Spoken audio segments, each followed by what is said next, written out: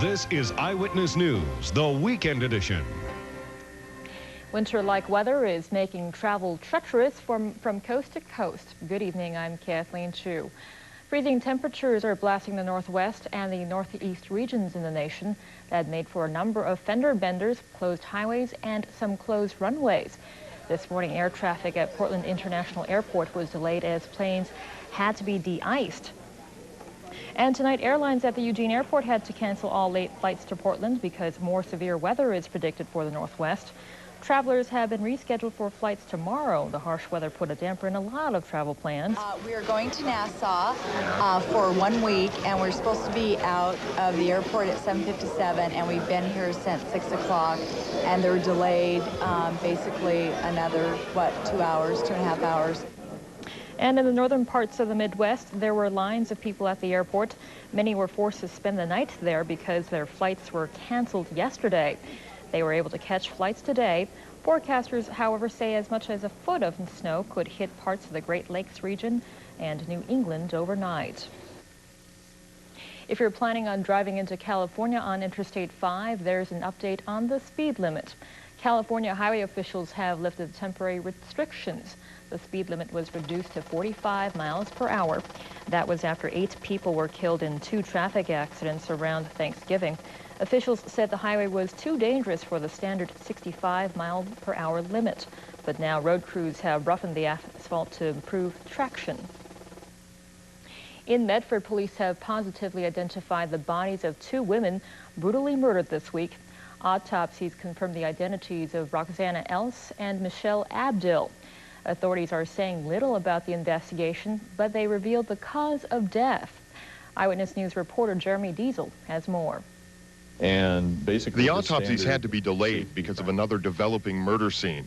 But once completed, they gave police new evidence in the murder of Roxana Ellis and Michelle Abdil. The autopsy conclusively proved that both victims died as a result of a gunshot wound. We also wanted to quell some rumors that we've been hearing in the community. One rumor is that both of these victims have been physically tortured. The autopsy did not confirm that. There's no signs of physical torture. There was also no obvious evidence of sexual assault. The bodies of Ellis and Abdil were discovered Thursday in the back of Ellis's truck, which had been missing since Monday night. More than 20 investigators are now working the case, and they did get hair and fiber evidence from the truck. We're peaked, and we're going to stay peaked until we finish this. In its first few hours of operation, the message center run by the Medford Police Department has been really hopping. Friday alone, more than 100 calls with tips in the case came in. It's kind of a double-edged sword. On the one hand, you're being inundated with things that are probably not of value, but on the other hand, you're probably going to pick up something that you otherwise wouldn't have. Meantime, friends of the slain victims are putting the finishing touches on a memorial service planned for the victims. Jolie Johnson says it's a chance for the community to celebrate diversity and love. And it's also forgiveness for that tragic person that could do something so terribly to these wonderful, beautiful, loving women. Police are still trying to identify this man who may be a suspect in the case. In Medford, Oregon, I'm Jeremy Diesel for ABC News. A group called Parents and Family of Lesbians and Gays has put together the Abdil Ellis Memorial Fund. The fund will help develop a safe house or meeting place for gay and lesbian people. Donations to the fund can be sent to PFLAG in Ashland at the address on your screen. Authorities in Josephine County hope an autopsy will tell them what killed a man whose body was found on a remote logging road. 43-year-old Kenneth Carl Rogers was found dead late yesterday afternoon on a road between Grants Pass and Cave Junction. Sheriff's officers say it appears Rogers was killed at another location and his body was dumped in the woods. Back here at home, police are looking for a man who robbed a River Road florist this afternoon. Eugene police officers responded to a call at the Fairfield florist. The suspect allegedly entered the business, indicated that he had a gun, and demanded money. He left the store on foot with an undisclosed amount of cash. Police searched the area but didn't find the man. The suspect is described as a white man between 25 to 29 years old. He's 6 feet tall with a dark blonde ponytail. The suspect was wearing a blue baseball cap, navy jacket, and jeans. If you have any information, call the Eugene Police Department. Eugene's Public Works Department has had to get tough on crime. They recently closed a city park, and nearby residents say this is the only way to clean it up. Eyewitness News reporter Gwen Copeland has more. The West University Neighborhood Park is nestled among houses and apartments just off Hilliard Street in Eugene. It's a green patch in a densely populated area near the University of Oregon. Over the years, transients and drug users moved into the park. It became the site of regular criminal activity. Well, certainly we have a lot of problems with drug needles, disposing of the needles in the flower beds and in the park. People have simply just urinated and trashed it and puked in it and just made it a total mess. It's to the point where no legitimate users really wanted to use it. And the problems aren't confined to the park anymore. The graffiti and drugs are spilling over onto the neighbors. The problem really started getting major when they started coming up to my window and asking for drugs. I had a 13-year-old girl come up to my window, knock on the window, and ask if we could share a bowl. 2 years ago, the department took out a picnic shelter and shrubs used to conceal the criminal activity, but that never really got rid of the problem. After a lot of consideration, the Neighborhood Association asked the Public Works Department to close the park. Sadly, the neighbors say the park was lost to them a long time ago. It's just a park in name only at that point. So if it's going to be a problem, you know, excise it, cure the problem, and then maybe bring it back in the future. For now, the urban oasis is closed indefinitely. Hammett says the threat of $500 fine or 30 days in jail seems to be keeping the drug dealers and transients away. Gwen Copeland, Eyewitness News. Well, we can't seem to keep the rain away. I'll have more on the forecast when we come back. And you'll find out why seniors reached out and touched someone today. Don't go away.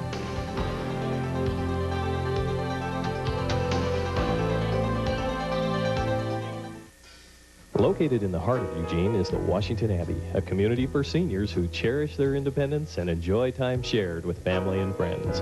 The uncommon benefits which make life at the Abbey so distinctive include a solarium, lounge, spa, game room, woodshop, dining room, and more, all in a safe and secure environment.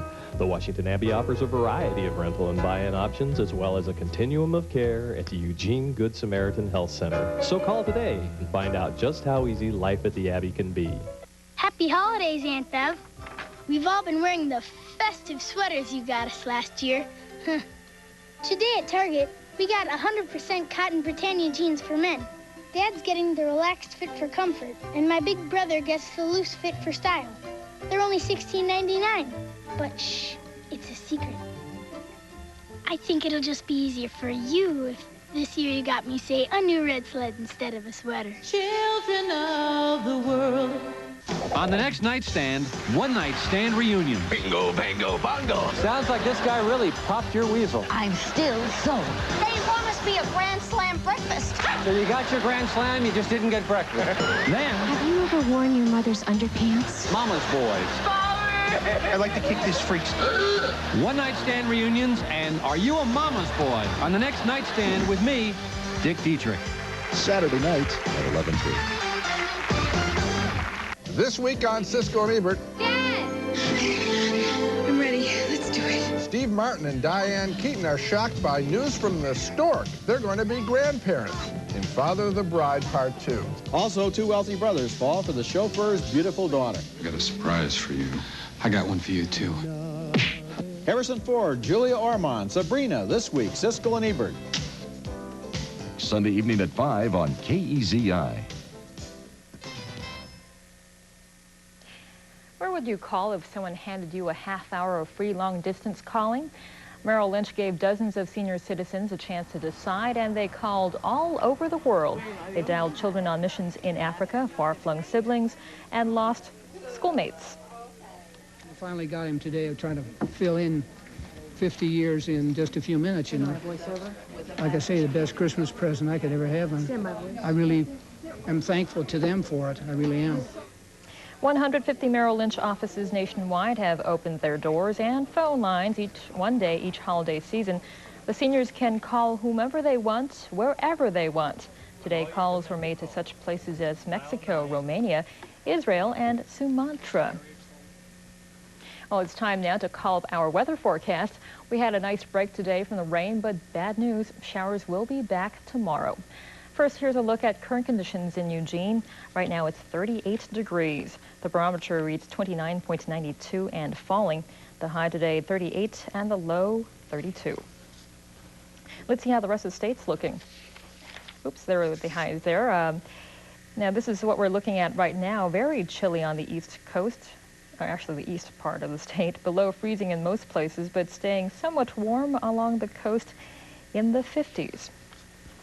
As we had mentioned, northern Oregon suffered under winter-like conditions today. Freezing rain began in the middle of the state early in the morning. By noon, the only cold spots remaining were Portland and some spots on the east. A strong low-pressure system will approach the coast Sunday, bringing rain, wind to western Oregon. That's giving us a high wind watch for the coast and the Willamette Valley. A wet and stormy weather pattern will hang in there into next week with more storm systems making their way to us. Let's move on to our forecast. On the coast, rain is on tap. It'll get heavy tomorrow at times. Watch out for strong south winds of 40 miles an hour. Gusts of up to 75 miles an hour are expected. The high tomorrow a very mild 62 degrees. The mountains will see increasing rain with strong winds as well. The freezing level at above 7,000 feet tonight. The high tomorrow 43 degrees. A few degrees warmer in Redmond area tomorrow with a high of 45 degrees. Mostly cloudy skies tonight will turn into rain at times tomorrow. Rain is likely in Roseburg Sunday. Look for a comfortable high of 58 tomorrow. Corvallis and Albany will see rain increasing. The low tonight will be 43 degrees, warming up to about 50 on Sunday. And look for rain tonight and tomorrow in Eugene and Springfield. Also gusty south winds will be developing. Highs near 50. So we're in for more wet weather and some windy conditions for some places. Matt Templeman will be up next with sports, but first, here are tonight's winning lottery numbers.